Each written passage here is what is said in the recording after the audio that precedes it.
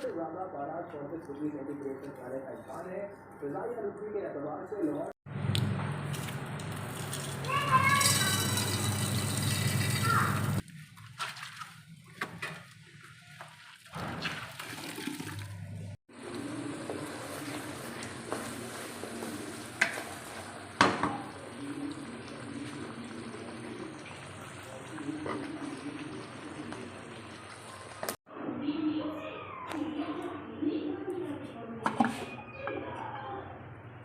सल्लल्लाहु अलैहि वसल्लम। अस्सलाम वालेकुम मेरी यूट्यूब फैमिली को, कैसे हैं आप सब। उम्मीद करती हूँ जी अल्लाह के हुक्म से आप सब ठीक ठाक होंगे और अल्हम्दुलिल्लाह हम सब भी बिल्कुल ठीक ठाक हैं। दूसरे नंबर पर आ गया ऑस्ट्रेल AQI 207 रिकॉर्ड, जबकि महकमा मौसमियात के मुताबिक आज शहर में बारिश का कोई इम्कान मौजूद नहीं है।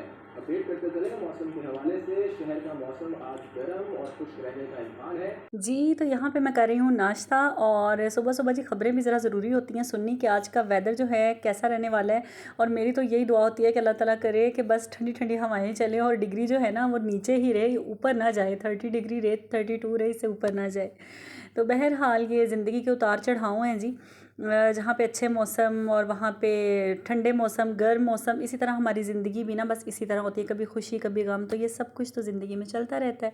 और आ जाते हैं जी आज के व्लॉग पर। आज का व्लॉग जो है ना इंशाल्लाह ये भी बड़ा इंटरेस्टिंग होने वाला है। और जैसा कि मैंने आपको लास्ट व्लॉग में बताया था कि इंशाल्लाह मैं अब आपसे अपनी डेली रूटीन शेयर करूँगी। तो बस शुरू करते हैं अपना आज का व्लॉग। और यहाँ पे जी मैं जार लेके आई थी, 2-3 दिन पहले मैं बाज़ार गई थी और वहाँ से ना मुझे बड़े अच्छे लगे शीशे के जार। तो मैंने कहा ज़रा ये मैं लेके जाती हूँ। और शाम के टाइम जब गर्मियों में दिन बड़े हो जाते हैं ना तो फिर दिल करता है कि चाय के साथ कोई 1-2 बिस्किट हों। और ये मैरी गोल्ड जो है ये तो मेरे मोस्ट फेवरेट बिस्किट हैं। और क्योंकि ना इतने मीठे ना नमकीन, ये बड़ा अच्छा इनका मुझे फ्लेवर लगता है। और ये होल व्हीट के बने होते हैं तो इसलिए ना ये कोई ये भी नहीं कि इसमें बहुत ज़्यादा कैलोरीज़ हैं। तो ये मैंने रख लिया ला के, इसको मैंने सेव कर लिया। और उसके बाद जी भुने हुए चने वो मैंने ला के रखे। मैंने 2-3 जार लाए थे, एक मैंने बादाम के लिए लाया था, एक मैंने बिस्किट्स के लिए और एक मैंने चने के लिए। तो क्योंकि आगे पीछे भी दिल करता है ना कि कुछ ना कुछ अगर खाएं तो फिर एक मुट्ठी आप भुने हुए चने खा लें या बच्चे आपके खा लें तो वो भी बड़े पावरफुल होते हैं ना। तो बच्चों के लिए भी बड़े ज़रूरी हैं, दिमाग को भी तेज़ करते हैं, आप सबको पता ही होगा। तो इस तरह से मैं 1 बाय 1 करके इसमें डाल रही हूँ जी ये बिस्किट्स। और जो टूटे हुए बिस्किट है ना, मैंने बिल्कुल कोई शर्म महसूस नहीं की, वो भी मैंने इसके अंदर ही डाल दिए हैं क्योंकि खाने तो हमने तोड़ के ही हैं ना। तो जो टूटे हुए बिस्किट थे ना 2-4 बीच में, वो भी मैंने जार के अंदर डाल दिए।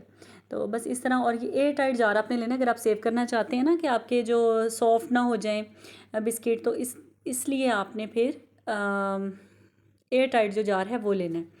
तो ये देख लें, ये मैंने कर लिया है इसको फिल। और अब इसको अच्छे से मैं बंद करके और एक साइड पे रख दूँगी, बल्कि सामने ही नज़रों के रखूँगी।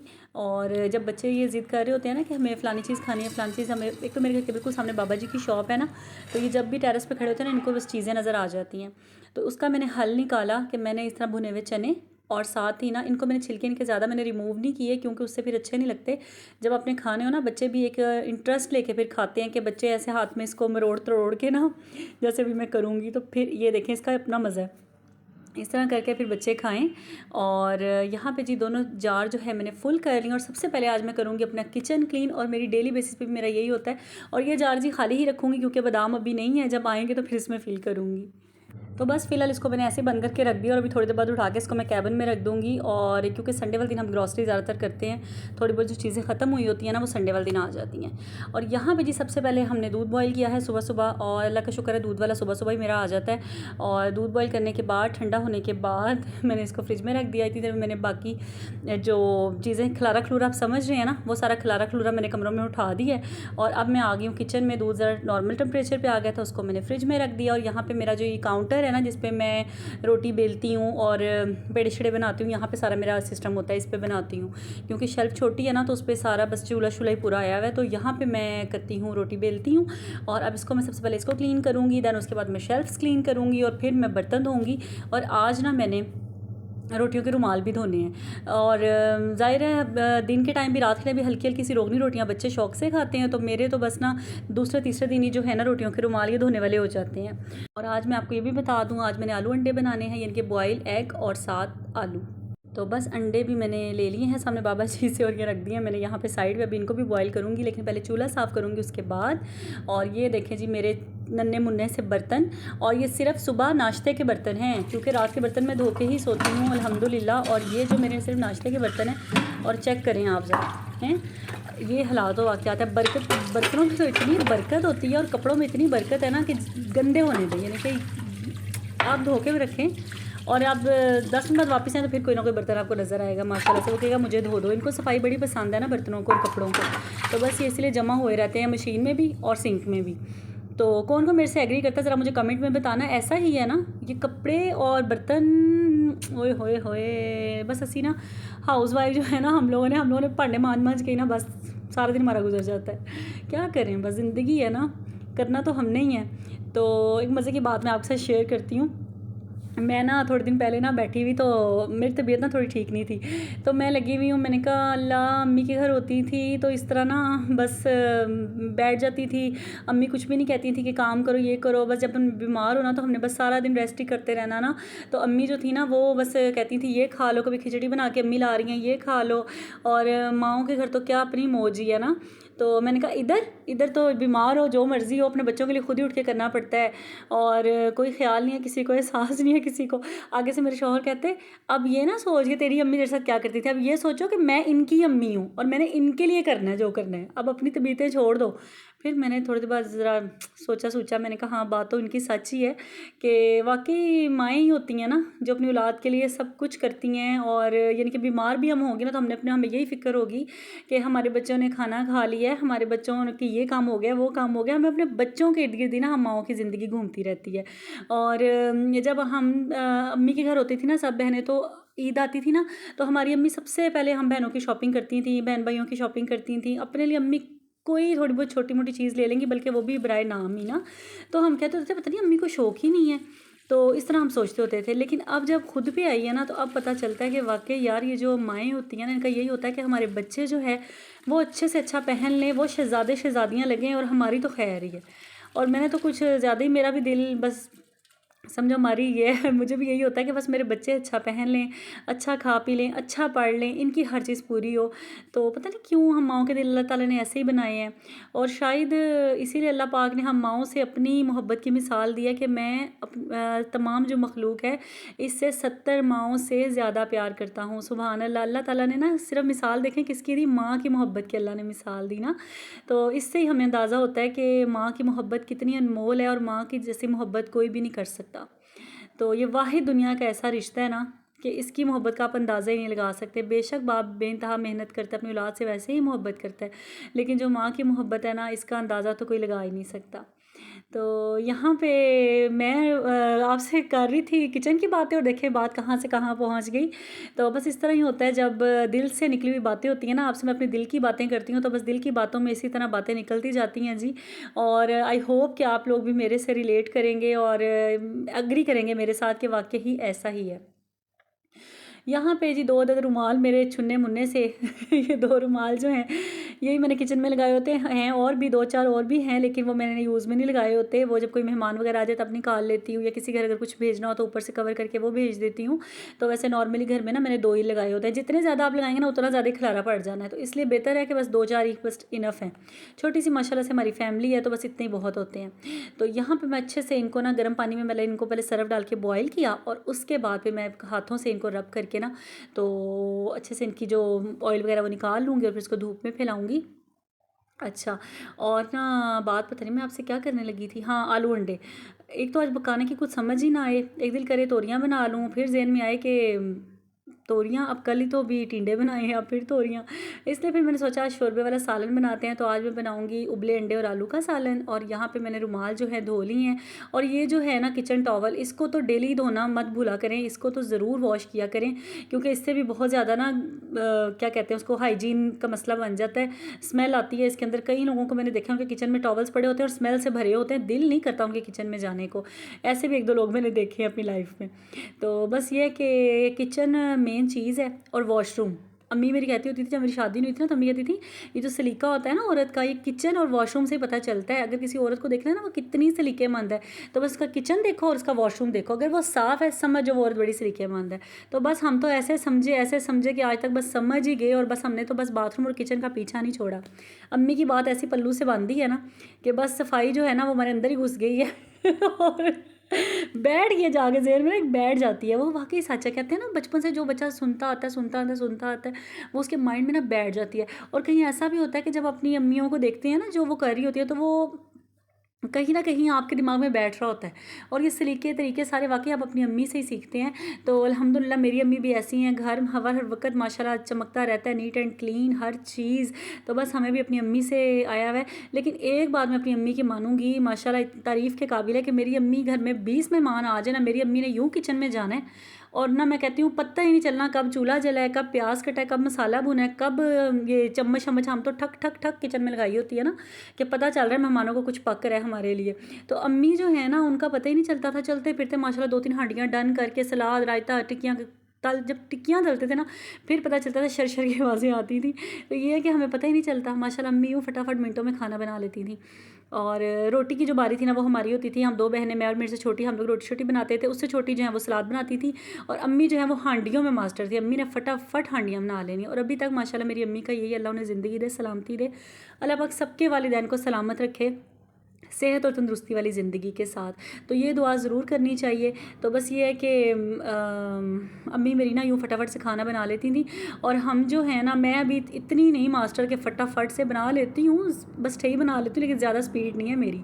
तो अच्छा, यहाँ पे सिंक की नज़र आई जा रहा है, सिंक मैंने हो गया वॉश। और ये देखें रुमाल लेके जा रही हूँ, और मैं डालूँगी इनको टेरेस पे, ताकि इनको धूप भी लगवानी बड़ी ज़रूरी है। ये ना क्या करें कि बस धोए और अंदर ही किचन में फैला दिए, तो ये जो धूप है ना ये भी बड़ी ज़रूरी होती है।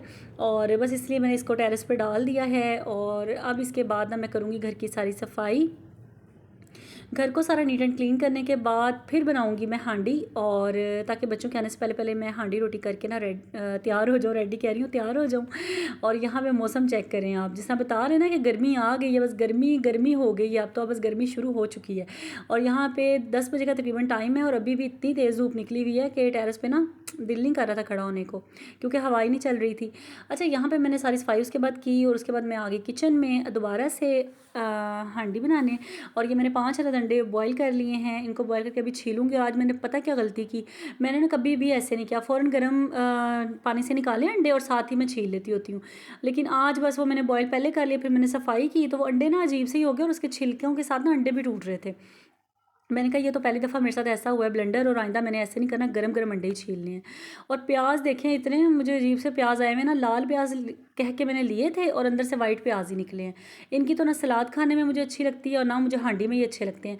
तो अब इसका हल मैं क्या करूँगी, इसलिए मैंने रफली इसको किया है, रफली कट किया है, क्योंकि इसको मैंने अपना ग्राइंडर में ग्राइंड के इसको घुमा के ना मैंने इसका पेस्ट बना देना, इसकी चटनी बना देनी है मैंने, क्योंकि वरना इसे ना शोरबे में तरते ही रहना और इतना बुरा लगेगा ये फिर।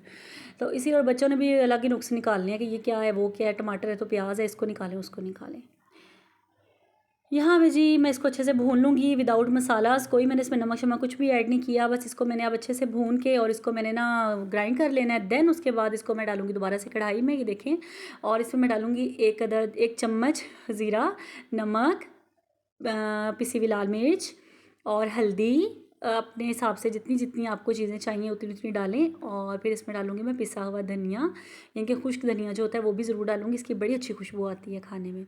तो बस ये इसके अंदर डाल के और मसाले को अच्छे से भूनना है, ताकि मसाले का जितना कच्चा पानी ना दूर हो जाए, मसालों की अच्छी सी खुशबू आ जाए, और उसके अलावा ऊपर इसके जो ऑयल है ना वो ऊपर आने लग जाए। फिर इसके अंदर डालूँगी आलू। तो बस स्टेप बाय स्टेप ही है जी, काम यूँ करूँगी, और यही सारे दिन की रूटीन रहती है। और ये होता है कि जो आप लोग कहते हैं कि हम आपके व्लॉग मिस करते हैं, आप ये डेली बेसिस पे डाला करें, तो मैंने सोचा क्यों ना जो डेली मेरी रूटीन है ना, वाकई व्लॉग का तो यही है ना कि जो डेली आप घर में कर रहे हो, तो आपकी ऑडियंस बड़े शौक से फिर देखती है कि इनकी डेली रूटीन क्या है, ये क्या खाते पीते हैं, क्या करते रहते हैं। तो बस देखें जी, हम भी एक सिंपल सी हाउसवाइफ हूँ मैं भी, और हम कह रही हूँ मैं भी एक सिंपल सी हाउसवाइफ हूँ।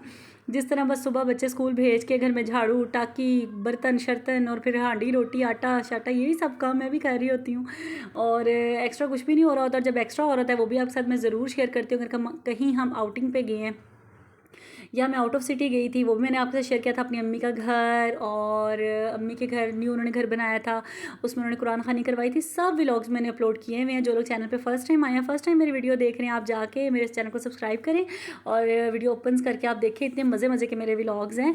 तो आई होप आप बड़ा इंजॉय करेंगे मेरे व्लॉग्स को। अच्छा जी, यहाँ पर मैंने डाल दिए हैं आलू, और आलू को देखिए ऊपर आ गया ना, हल्के हल्के से इसमें ऑयल आ गया।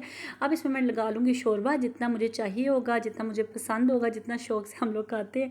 आप चाहें तो कम भी डाल लीजिएगा, ग्रेवी बनानी चाहें ग्रेवी बना लें, लेकिन मैं शोरबे वाला सालन बनाऊँगी क्योंकि पर्सनली मुझे भी बड़ा पसंद है और हमारे घर में सबको ही शोरबे वाले सालन ज़्यादा पसंद है। भुने हुए हम बहुत कम पसंद करते हैं।